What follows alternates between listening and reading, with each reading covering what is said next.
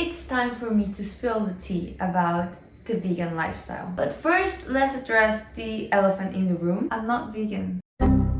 Hi guys, I'm Oksana and welcome back to my channel and to the last video of Veganuary, where I'm sharing my story about being vegan and also answering some questions that you guys have sent in. We're gonna be answering some of those questions at the end. But first, let's address the elephant in the room. What the heck happened to my face? 2 days ago, I was going grocery shopping because I am a student, so I had to go grocery shopping. I didn't see a stone or something and I fell flat on my face because I had a grocery bag in one arm and I guess I didn't put my hand correctly, so I kind of went face down to the floor. I took some painkillers. I'm fine, I'm alright, I'm alive.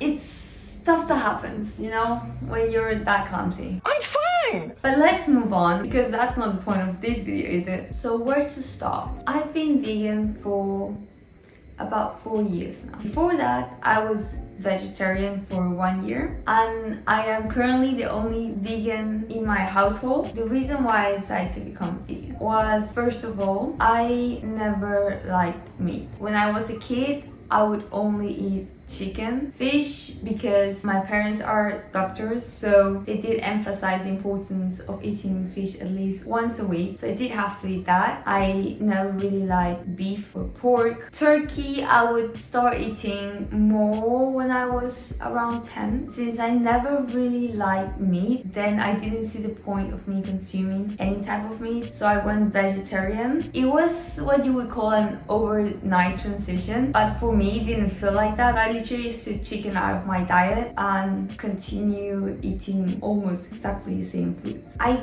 never really used to eat a lot of eggs. In some of my family's dishes, they did have like scrambled egg when, for example, they made fried rice or something like that, or in baked goods. So in that way, I did eat eggs, but did I voluntarily wake up every morning? I was like, I'm craving some scrambled eggs? No, not really. I normally tend to prefer sweet things for breakfast, and if I do want something savory, it's gonna sound like the typical influencer breakfast. I know I'm not an influencer, but avocado toast, a go-to. You see, I'm basic. I'm not that special when it comes to my food taste. Anyways, going back to the story, as the year that I went vegetarian kind of went about, I started to realize that it was more easy for me to gravitate towards vegan foods than vegetarian food, because I also don't like cheese. The texture of cheese, it's just weird to me. Get some help. I am lactose intolerant, so I didn't drink milk, and then I looked and I was like,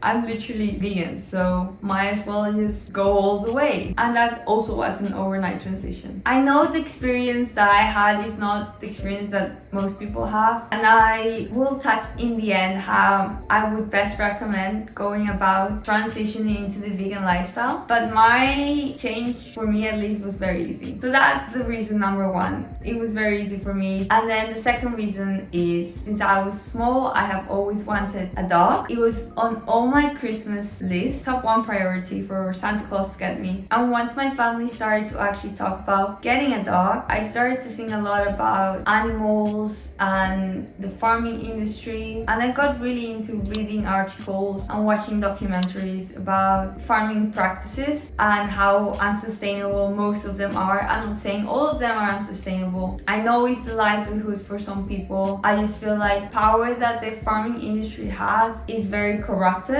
but I still acknowledge that there's some small farmers that are just trying to make a living and this is their way of life. And I know this might sound controversial coming from a vegan, but if that's their job essentially, I don't see anything wrong with them continuing, but doing it the most sustainable way, I think, is the priority that the farming industry needs to take. That's a whole another issue that I'm not really qualified to talk about because I have very subjective opinions, of course. But after seeing a lot of videos and documentaries, I felt like a hypocrite because I have always wanted to have a pet, and here I was supporting an industry that was against my ethics. I don't know how to explain this, it's very hard, that I was not doing what I was preaching. Another reason was because of the environment. I love walking, I love the outdoors. Being outside just brings me so much joy. You know, starting to see those changes in your own community, how it suddenly is colder or suddenly it's snowing in April when it's supposed to be spring. It was just shocking to me. That was slowly degrading something I enjoy so much. Those are my 3 top reasons. Very simple for me to do it, so why not? And then secondly, the animals, and then third, the environment. I know they're typical reasons to go vegan, but that's kind of my story.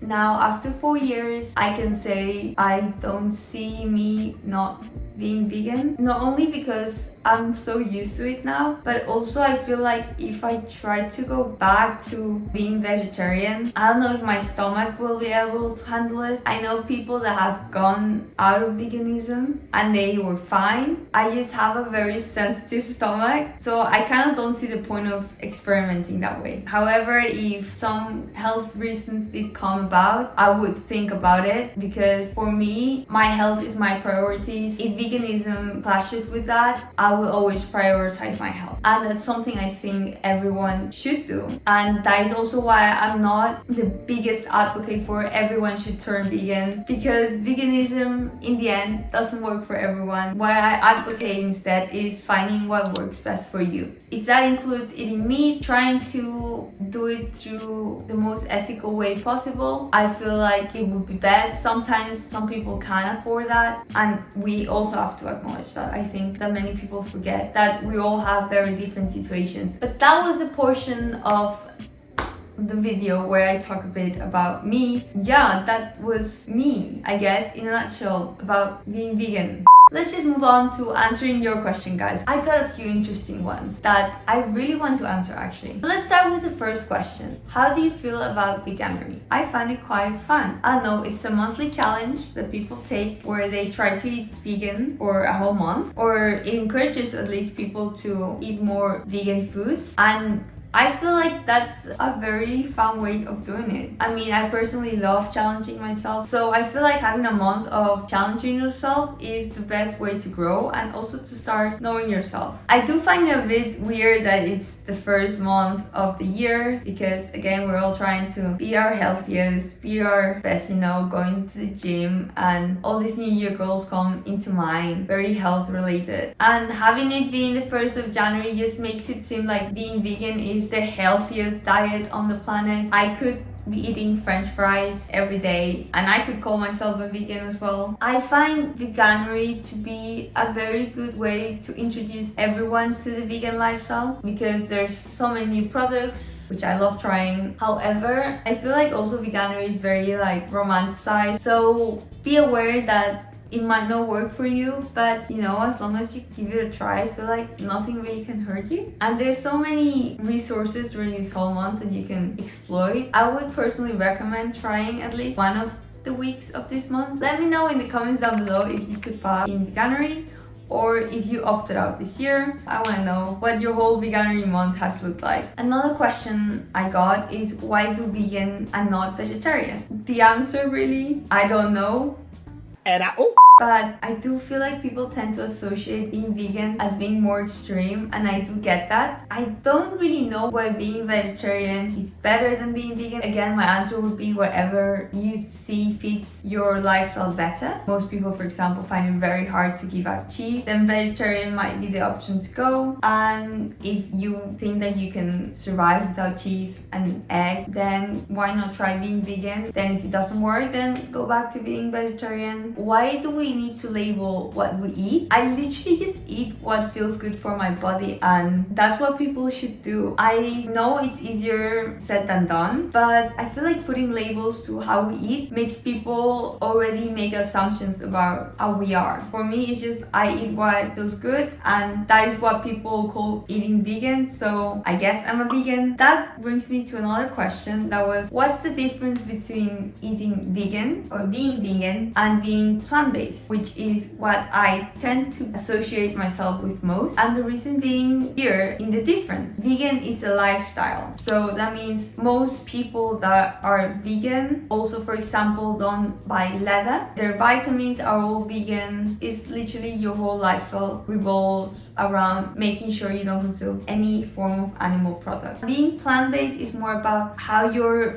diet is focused around eating non-animal products. For me, is the diet, I guess, that I advocate the most, where the main star of the show in your plate of food should be non-animal products, and then the animal product should just take second place. What I advocate is that more people should start eating plant-based. The idea that their food should kind of focus around more non-animal products. I guess you could also call this flexitarian. For example, my mom does that, and I feel like those two diets are the most sustainable diets for everyone. If you still want to consume meat because you like it, I feel like focusing your plate on more plant-based products instead of animal products is the way to go. The reason why I say I'm plant-based is because if I don't find a multivitamin that is vegan, I'm not gonna freak out. And regarding makeup, I don't use makeup, but what I look for is that the product is not tested on animals. I guess this is my coming out video. I'm not a vegan, I'm a plant-based eater, I guess. But it is easier when you go out to a restaurant to say I am vegan than saying plant-based, because then they look at you like, and what? So you want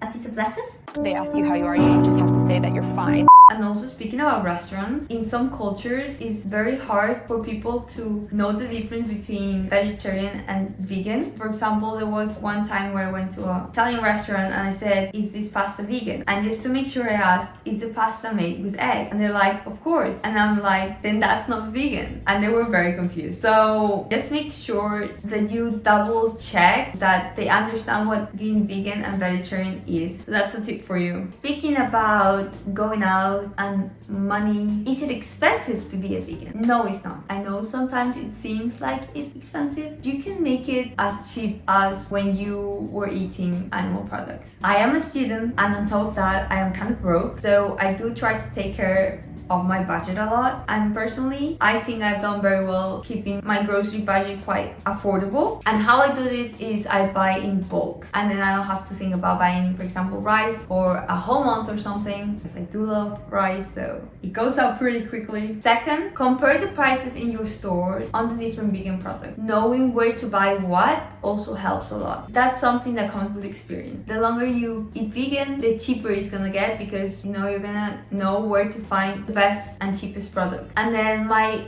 other tip is buying, if you can, at the food market or the farmer's market. The food there is much cheaper and more delicious because it comes straight from the farmers to your table. Vegan products are more expensive, unfortunately.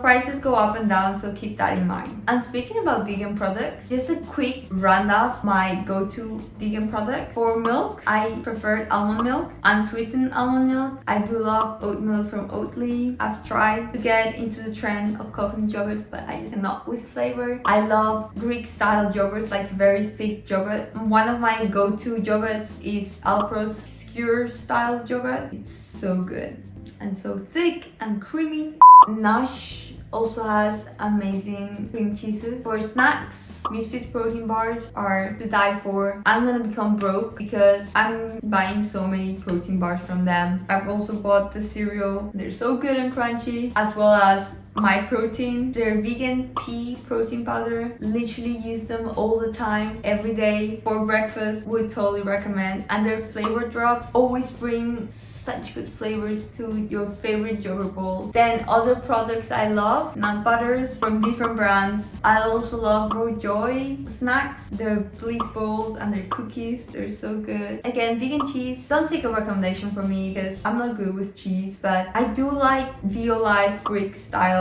cheese. When I don't have cream cheese, I use it as cream cheese. And then for meat alternative, Garden Gourmet has amazing vegan fillets. I don't like Beyond Burger or Impossible Burger. Then I also like Naturally. They have these soy chunks are called pig-free. I find the name to be very funny, but they're very good. But otherwise, I just sometimes randomly just try different vegan products. If I enjoy them, I buy them again. The best tip I have for you is try as many vegan products as you can while you're starting, because then you'll start knowing what you like and what you don't like. Let's just also quickly touch upon the protein debate. Yes, as a vegan, I do get enough protein. The probability of knowing someone that's deficient in protein in the Western societies are very low. Stop worrying so much about the protein. Most of us actually eat twice the amount of protein that we actually need. Now let's move on to the next question. How did I let people know that I was vegan? I actually didn't. I never really told people that I was going vegan. Only my family kind of knew that I was being vegan, because at that time I didn't cook my own meals. But when I went out with friends, I just chose the vegan option and substituted some non-vegan stuff, and they didn't even realize, because they knew